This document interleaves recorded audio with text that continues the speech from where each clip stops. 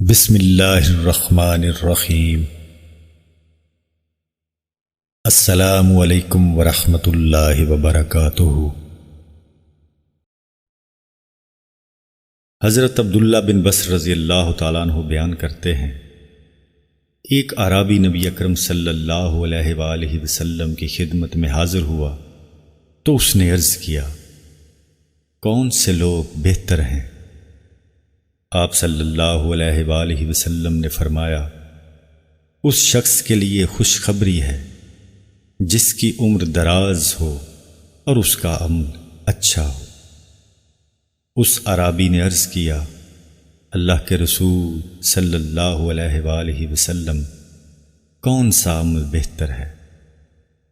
آپ صلی اللہ علیہ وآلہ وسلم نے فرمایا، مرتے وقت تیری زبان پر اللہ کا ذکر جاری ہو۔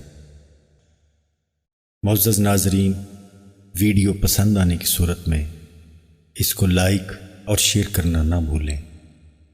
مزید احادیث کی ویڈیوز اور اسلامک ویڈیوز دیکھنے کے لیے ہمارے چینل کو سبسکرائب ضرور کریں۔